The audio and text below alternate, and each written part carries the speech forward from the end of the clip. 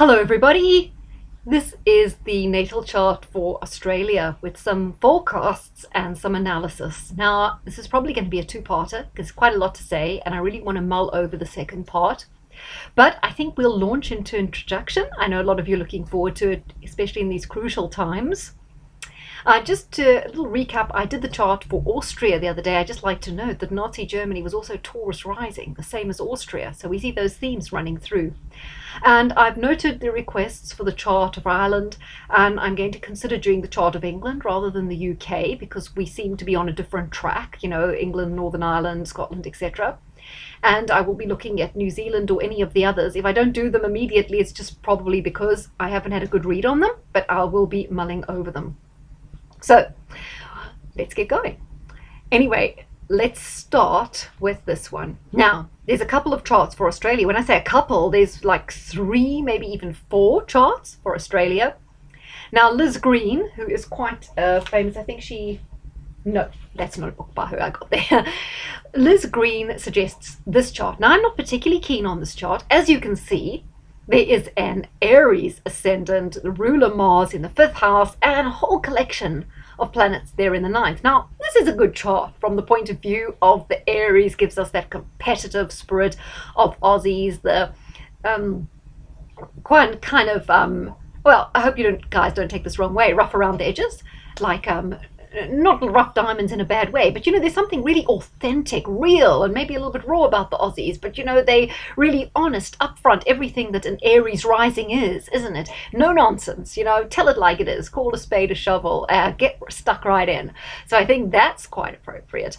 And of course, Mars there in, take note in Virgo, because we see this Virgo theme running through Australia, which even in the other chart, which I was quite surprised at, but there, Mars in the 5th, the sports, competitive. I mean, I've never been to Australia, but I've had lots of fun watching the cricket matches down there. I always love watching matches at the SCG and the MCG and you know, the ground in Perth opposite the Trotties. It's a great atmosphere. It looks like a fantastic country. So here you get all the sports, the leisure, the outdoor lifestyle. A lot of planets there in the 9th, kind of signifying that it is a country of immigrants. A lot of people have gone there to seek their fortune. The 9th house being one of kind of aspirational house. And also, what with Jupiter being in the 9th house in Sagittarius, again, it epitomifies that this is a country of a lot of wealth. So there's a lot to speak for that chart. But why I kind of go off it is Uranus and Venus here in the 8th house and North Node in the 8th house. And also, this Aries rising with a collection of planets there in the 9th reminds me actually of the chart of Iran and France. Now, both of those countries have had revolutions, very different history to Australia. One of the things about Australia is they've never had a kind of a war, a revolution, an uprising on their soil. That's why I kind of went off this chart. Also, because if you think about it there, we've got the sun. Now, the sun is at 22 degrees, roughly.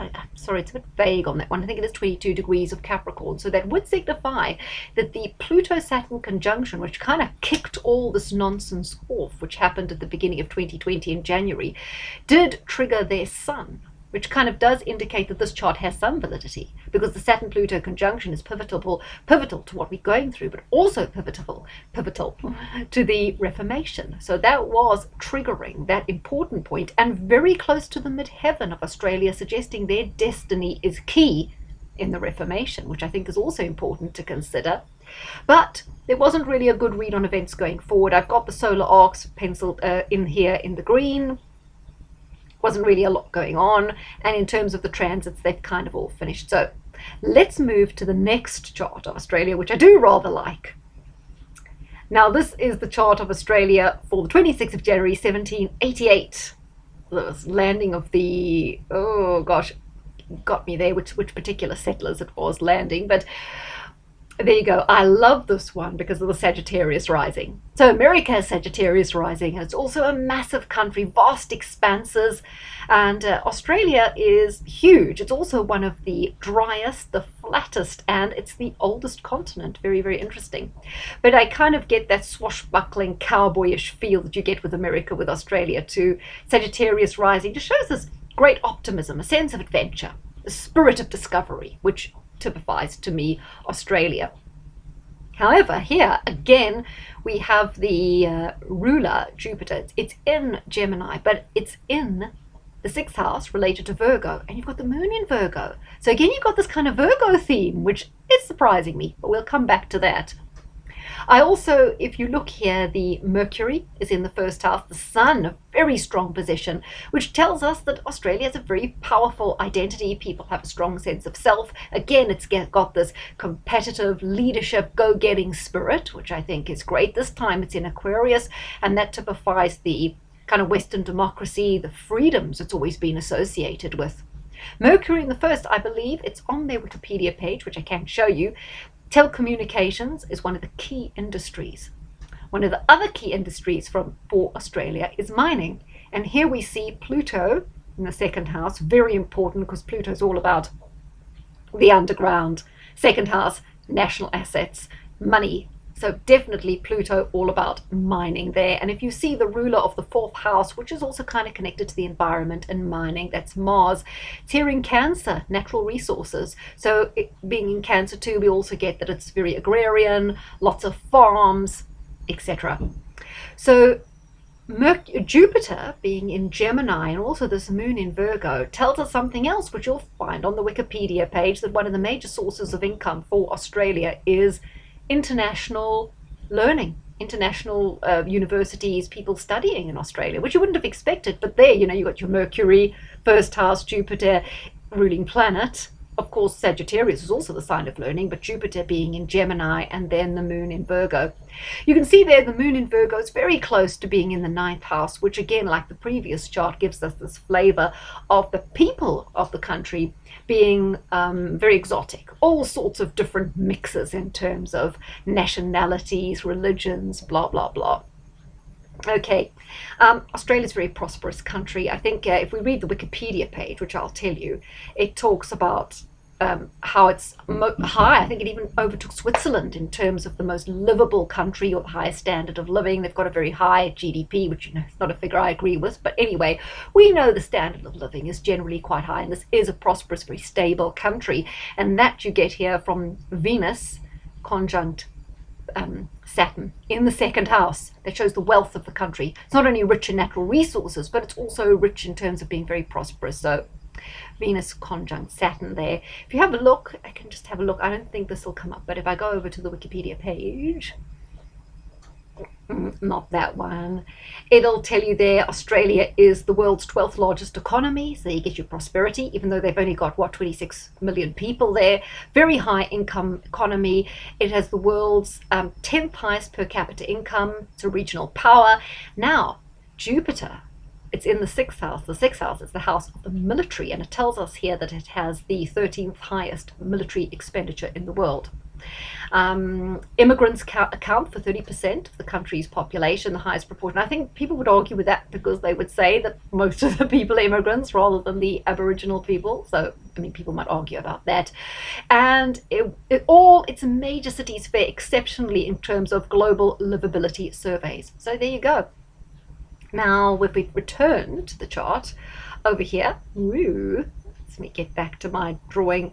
You can see that in the house of partnership, the seventh house, you've got Mars retrograde, and also Uranus indicating partnership, i.e. partnership with the UK in terms of being a Commonwealth country, very strong partnership with America in terms of military being in the Five Eyes. Partnership is vital to the success, the identity, and the security. Mars ruling the fourth house there of the country. Now, in terms of these Virgo placements, I was thinking to myself, Australians actually very law-abiding. They've got a great spirit of, let's get stuck in, let's pull together, let's do our bit.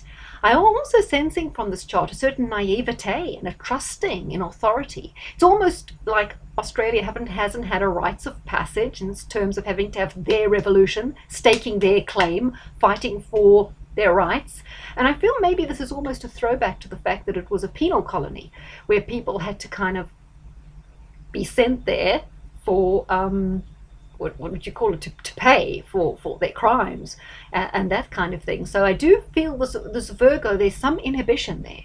They're all this call a spade a shovel, this outgoing, very kind of competitive, sporting, for all that, I feel there's a little bit of timidity or timidness and insecurity, and a need to kind of follow rules, do things by the book. I also get the feeling here Australia's a very, very organized country. There's a lot of, someone described it to me, it's quite nanny state in a way, particularly in Queensland. People do look to the state for a certain security, dependability for them to provide. And that is maybe why people in Australia have fallen into this so easily. They've kind of, it's crept up on them, and they're unsuspecting because everything's been so good. We see here all the prosperity, you know, this Venus conjunct Saturn and the Jupiter, whatever, and the Jupiter's ruling planet, Sagittarius rising. So it's all kind of crept up on them. So, in terms of where we are at the moment, I was listening to someone talking about Australia, and he actually, it was an Australian guy, he was talking from Byron Bay, and he said it's almost like Australia have had a silver spoon in their mouth. Everything's just been, maybe, I'm not saying it's too easy, look, nowhere it's too easy, but maybe, like I say, they haven't had this kind of rites of passage, no war, no revolution, no kind of really struggle, and maybe that's what they're missing. He said that in the tougher neighborhoods, now he described the tougher neighborhoods as where there's a lot of immigrants from the Middle East, particularly Lebanon, and these people are hardworking. They're often involved in building, they look after themselves, they work hard, they're quite tough physically, they quite motivated, and they run a lot of their own businesses. They have a certain independence, and also because they come from the Middle East, they're more aware of kind of tyranny. And he said those were really the most locked down, particularly in Sydney, whereas they didn't really bother the people up, I think it's Bondi, I think he said it's like northeast Sydney, I might be getting that wrong, maybe that's a more affluent area. They didn't bother people as much there, but they really cracked down on these areas where they've got a lot of immigrants from countries who understand tyranny and who might have fought back simply because they're tough and more hardened. And he said this was key to the strategy of getting all Australians to go along with it. Okay, I'm sure a lot of you, but I'm going to cover this off YouTube, saw the appeal by the Aboriginal people of the Northern Territory who were giving an SOS. And one of the things they said, which in fact I've talked about on a previous broadcast that went out on BitChute and Rumble, was that there were, you know, that people are being kind of sent to quarantine camps, you know, because they tested positive, so they're just isolating. Yeah, it's all perfectly reasonable, isn't it? And they mentioned foreign police and foreign army. Now that's something I'm really worried about. Now you see Jupiter retrograde in Gemini, Gemini the dual sign.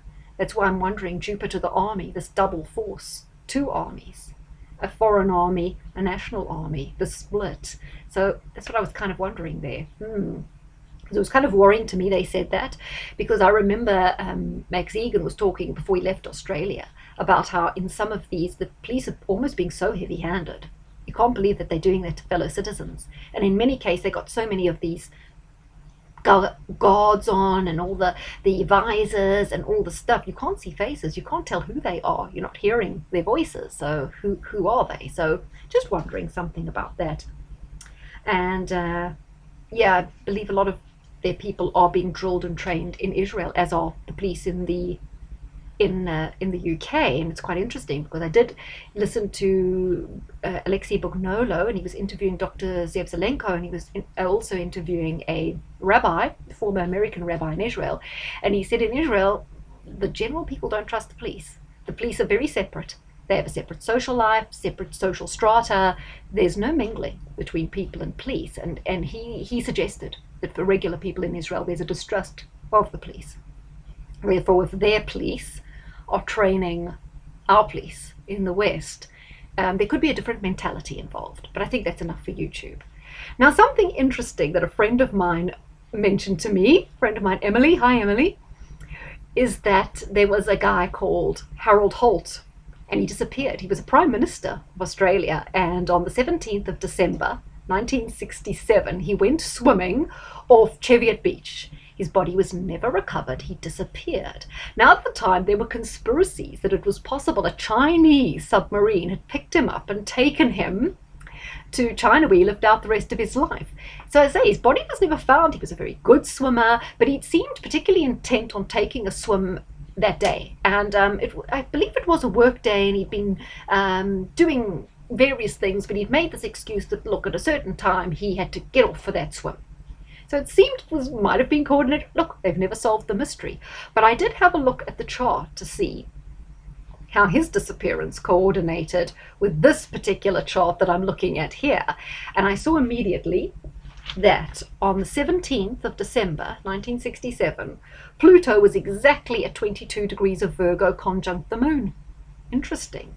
Especially as right now Neptune transiting is at roundabout opposing the moon, right? Okay. The other thing is Neptune was at 24 degrees of Sagittarius, which was right here on the north node. So Neptune conjunct the north node is kind of interesting. And Uranus was here at 28 degrees of Virgo, so within the vicinity of the moon and squaring the ascendant down here. So Uranus squaring the ascendant. Just thought that was kind of interesting. So that sort of completes my little analysis of what the chart looks like. What I'm going to be doing in part 2 is looking at my predictions. So that's the original chart for, I call that Australia 2 chart. That's for the 1st of Jan 1901. That's the one that I suggested did give us a good read that something important was going to happen to Australia, simply because of the Saturn-Pluto conjunction that happened in January 2020, happening bang on their sun and in the close proximity of their midheaven. But otherwise I wasn't that keen on that chart.